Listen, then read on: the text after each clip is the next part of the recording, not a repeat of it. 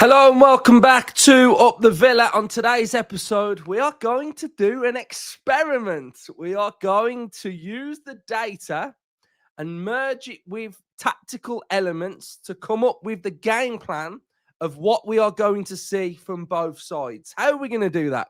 Well, so far in the Premier League, we've got data now to suggest how both teams are playing. We can see defensive, we can see offensive, we can see passing, distribution, we can see pressing, sequences, etc. And we're going to merge that data with what we are seeing through the tactical elements of each team. How do they set up? Positionally, where a player's sitting in. So we're going to dissect the whole game of what we can expect to see tomorrow at Villa Park. So Villa fans, if you are new, make sure you are subscribing. We are so close to 28k now. Let's get there this weekend. Make sure you're hitting that like button. If you're enjoying the content, if you think it's fun, insightful, then do your bit, because it makes a massive difference. If you are watching and you are liking it, then just hit that like button. It's free. So, and then most importantly, comment your thoughts in the comment section down below. So we'll just caveat with a little bit of a story first, and then we'll get into it. So I came up with this data before the Feyenoord game. So I was getting prepared. There's not much turnaround between the games. So I thought, get prepared, have a look, and see how it goes and see what you find. And when I was doing it, I was just getting more and more confident, because even though, and we'll caveat this, even though Villa's front line isn't necessarily firing and up to full speed, etc., certain players are still finding their feet in this Unai Emery system. The bigger picture of what I'm looking at with the data and stuff like that is actually really pleasing and really promising. And if the patterns continue and we add different elements, then we're going to be a very good team this season. We are going to be a good team this season. Now, then I watched us beat Feyenoord, and I thought, oh my God, like, yes, showing different aspects of what it takes to be a good team. And then I went back to this and had a look, and I was like, it's actually quite good, right? Because why it's quite good is that we've actually built a really good structure. The structure is there. The base is there. It just needs fine-tuning a little bit, because we are doing things in the right way. You know, you can look at a lot of teams in the Premier League, and for me, if you are possession-based and you are having structurally a lot of the ball, it shows you are very, very good. If you're a team that sits on transition, that's just nicking stuff, then you can nick the odd thing, but you can't do that every single week. So the fact that what we're doing is very, very good. Right, so we're going to get into the data, and then we'll have a look at Burnley. We'll merge the two together, and we'll see what we found, and we'll see what we can see what the game's going to look like. And then, like I say, the Villa players have just got to execute this plan, really. So what did I find? So, and I've got both teams. I've got Villa and Burnley. So on this one, we're going to combine and compare both teams together. So that's how we're going to get the plan, right? So, goal conversion rate, Burnley are at 11.76% this season, and Aston Villa are at 6.45. So, when Burnley are getting chances, they are taking them to an extent. Possession, now this is the big one for me. Possession, Burnley are averaging 33.4% possession, and Aston Villa are at 57.7%. So this would tell me that at Villa Park tomorrow, Aston Villa are going to dominate the football. We're going to dominate the ball. We're going to look to territorially camp in the Burnley half, and we are going to look to dominate this game. Pass success rate, Burnley are at 74.5%. And that's the league lowest in pass success. And Aston Villa are at 85.3%, and that puts Villa in 6th position for pass success. Final third passes, Burnley have had a total of 539. They've had 330 successful, and that's a percentage of 61.2%. Now, this element for Aston Villa is something that my eyes kind of opened to this. And I was like, really? Stick with me. Final third passes for Aston Villa, 849. That has Villa in third place with the most final third passes in the league. 637 are successful, and that has Villa fourth in the league. And that's at 75% success rate with Villa in fifth place.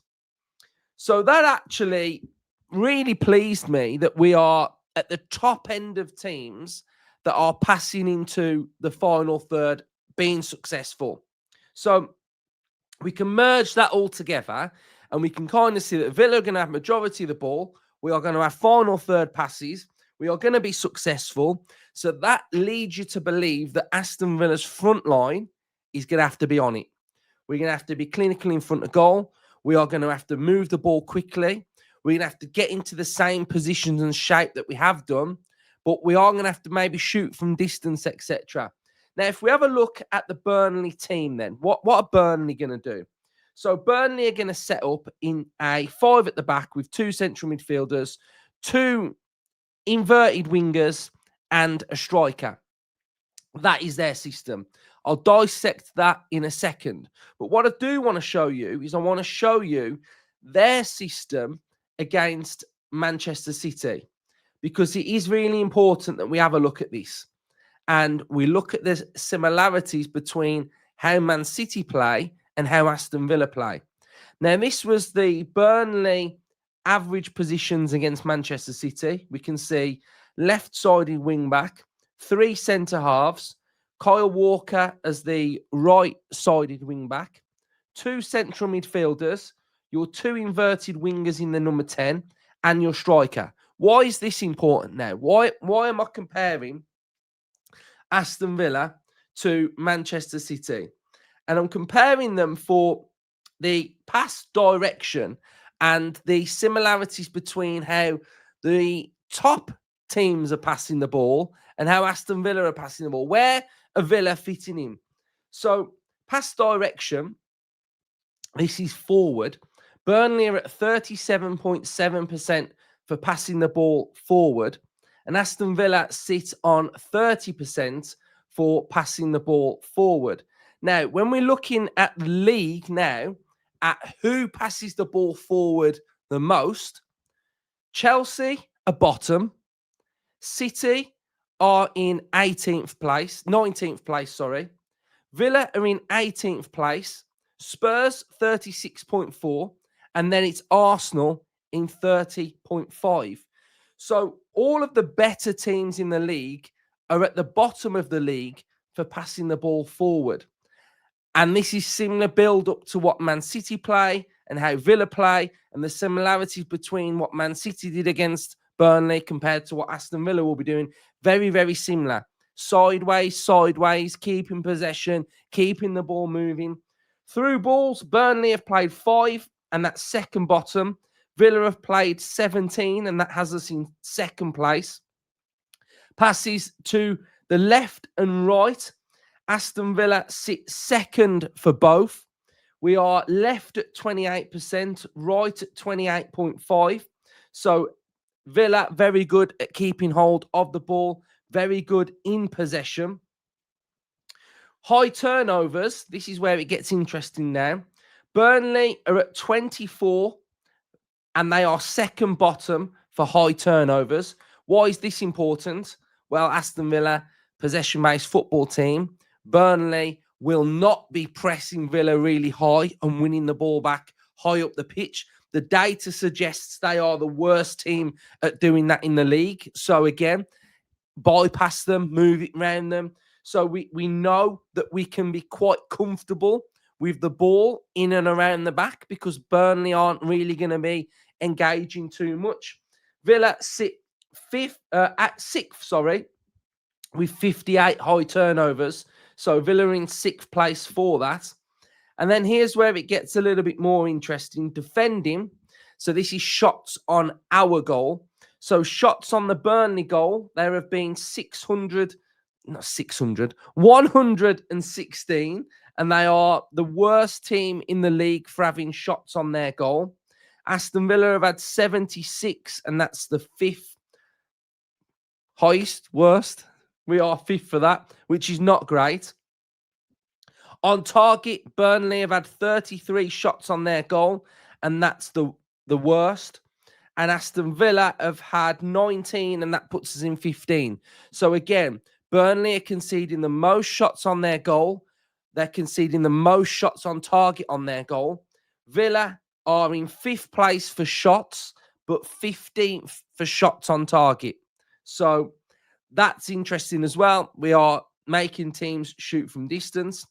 Fouls, Burnley have made 51, and that's 18th. So that would suggest to me that it's not going to be that scrappy. Then they're not going to make a load of fouls. 10 plus sequences, Burnley have made 30. Aston Villa have made 61. Burnley are the lowest, and Aston Villa are in 8th place. Direct speed. Now, this is interesting. Why is this interesting? Them two number 10s, right? Direct speed, 2.04. They are the quickest at direct speed. And Aston Villa at 1.79, and that has us in 10th. And then direct attacks, they've made 9 and scored 1 goal. Aston Villa have made 8 and scored 1 goal. So there's the data for the game. And I find it quite interesting, some of the numbers, and you can kind of paint the picture, which is what we're going to do right now. But before we do, we are going to have to predict the Villa lineup. Right, what is this Villa lineup going to be? What is it going to look like? Let's get stuck into it. Right, Villa lineup, let's go. We are going to go with, in goal, Marco Bizot. Now, not going to lie, guys, something does really annoy me. And it's probably one of the little things that I look at in football, and it annoys me. And it probably doesn't annoy some. And there'll be an argument where some will say something, and this is my opinion. It drives me mad that players can be injured and then go on international duty. There was a quote from the Belgian manager saying that Onana could be back for Villa this weekend, which could mean he goes on international duty. Now, yes, we could go, okay, he goes on international duty, he gets sharper, he gets fitter. No. The guy hasn't played for weeks. Keep him at Bodymore, keep him fit, let him train. He's injury prone. It's so annoying. And Martinez, I'm exactly the same here. Like, if he plays against Burnley, he's going on international duty. But the last 2 he missed Bologna. He couldn't make it through the warm-up. He has got an injury, right? So if this scan has showed that he's got an injury, then obviously he's not going to play anyway, and he's not going on international duty. But if it's game-by-game management, he shouldn't be going. Little rant, really annoys me. It really, really gets on my nerves when this happens. But anyway, I'm taking the safer option, and I'm putting Bizot in goal anyway. He deserves to play, right? He solely deserves to play. Right, my defense is going to be Cash, Konsa. We are going to go with Pau Torres because Pau Torres is the only fit left-sided player, but he would play for me anyway. And I am personally going to go with Ian Matson. But I actually think Emery will go with Digne, which I don't actually like for this game. And when we merge the two teams together, we will see why. We are going to have John McGinn on the right-hand side, and we are going to have Boubacar Kamara on the left-hand side. Then we are going to have Gesson on the right, Watkins up top. We're going to have Buendia on the left and Rodgers off the striker. Now, here is one that I prepared earlier. And here we have the lineups, two teams merged together. Now, we know that the Burnley average positions really against Man City did actually just look pretty similar to this. So the key area for me, which is probably one of my biggest concerns in this game, is this little area here. Now, I don't think they're going to be as engaged as Feyenoord. Remember in Feyenoord, the game when I mentioned that they were winning the ball back in between our midfield, they're not going to be winning the ball back that high. But actually on transition, with that direct speed that they are really quick at, and their forward passes, they are going to look to get the ball high and up the pitch as quick as possible. They are going to be in this position here. They are going to be defending inside their own half. There are going to be players that are just sitting in this situation here. And Villa are going to be pretty much camped in like this. The ball is going to be... Should we add a ball? Let's bring a ball in. The ball from a Villa point of view is going to be going left to right a lot of times. But we are going to then pick the right pass. This system has caused Villa a lot of problems in the past. We'll put the ball in the back of the net. Why has it posed Villa problems? It poses Villa problems because of the wing-backs. But I don't actually think that the Burnley wing-backs, and yes, we're talking about Kyle Walker, attacking, are as athletic or as dynamic as what Crystal Palace have got. So it's important to pin them back, and Guesson will definitely do that. I have all faith in Guesson doing that. Depends on who plays here, and this is why it's important for me. If it's Maatsen, I believe we can do it in and around pace, quick.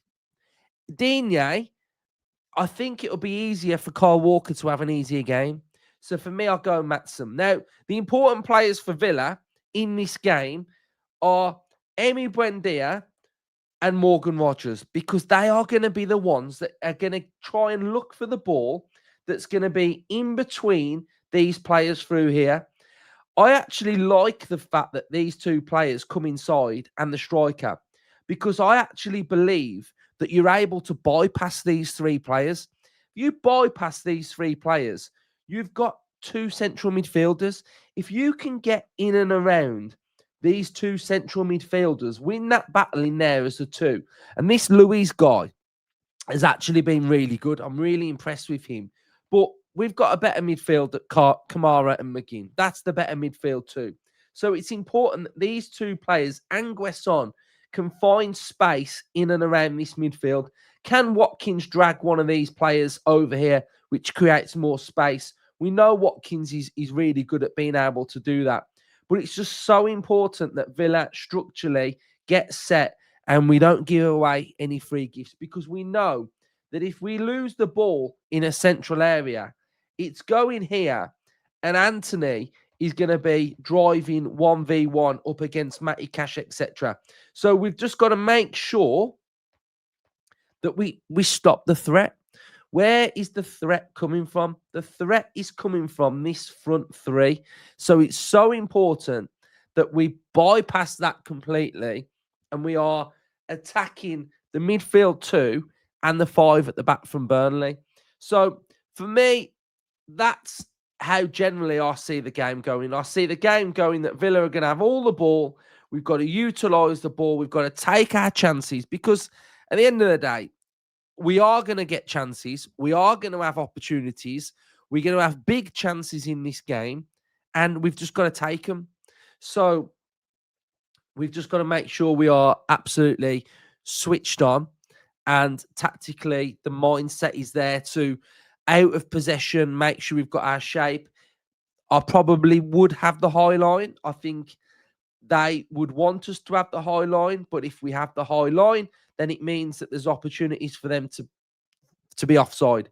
Pau Torres is key to this high line. Konsa is playing exceptionally well. Buendia, I think he's playing well, but is he having a 90-minute performance? No. So I think he's doing well, but I need to see more. Off the ball, on the ball, utilising it as best we can. Rodgers, he's got to stop losing the ball. Again, he's got to stop losing the ball. And in this game, you lose the ball against these, and they're going to be quick, direct attacking on our goal. And a lot of the times when we play football, and this, I've mentioned this before on the debriefs a lot, when we concede a goal and we start blaming the last player. So, for example, it could be, I'll use a player that doesn't make that many mistakes, Konsa. Konsa could lose his man. And yeah, that's his fault. He's lost his man. But if you lose possession of the football inside your own half, like what Rodgers is doing, it's just as much his fault as it is the player that's lost his runner, because that's all come from that moment there. So you attack and defend as a team. So I don't want to see us losing the ball inside our own half, which then creates a massive problem at the other end of the pitch. So I want a perfect performance, because we have got now an opportunity to build on our season. Because if we can get to 9 points now, international break, and yes, we've got some tough games, but at the end of the day, you'll never hear me say, oh, we've had an easy run and we got some tough games coming up. No, they're all tough. Burnley is just as difficult as Spurs. It's just as difficult as Liverpool. It's just as difficult as Brentford, because they all pose their own difficulty and problems, and you've got to earn the right to win. Just because it's a top team coming, we can still hurt a top team, but we've got to make sure that we are able to break down a very resolute, determined, defensive Burnley side. So if you don't beat Burnley, then you that was your easy game. So I don't get into this mindset. I'll get into the mindset that every Premier League game is very, very difficult, and you've got to make sure you are at your best to win. But if we do win, 9 points, we attack those teams that are coming. We show what we're all about. And I do believe that there's going to be more space for us to exploit against those type of teams anyway. So let's get the victory. Let's build on it. Go into the international break. And we're all feeling a lot better about Aston Villa. The building blocks, we are gaining momentum. We are probably going to be in and around mid-table if we get to 9 points, really. So we just got to build and grow on it. So hopefully you enjoyed my little experiment of showing you the stats and how the game can merge together. Let's see if it looks like what it looks like from my point of view. But we now know what to expect from Burnley as well. So cheers, everyone, for watching. If you have enjoyed it, smash the likes, hit subscribe, and comment your thoughts up the Villa.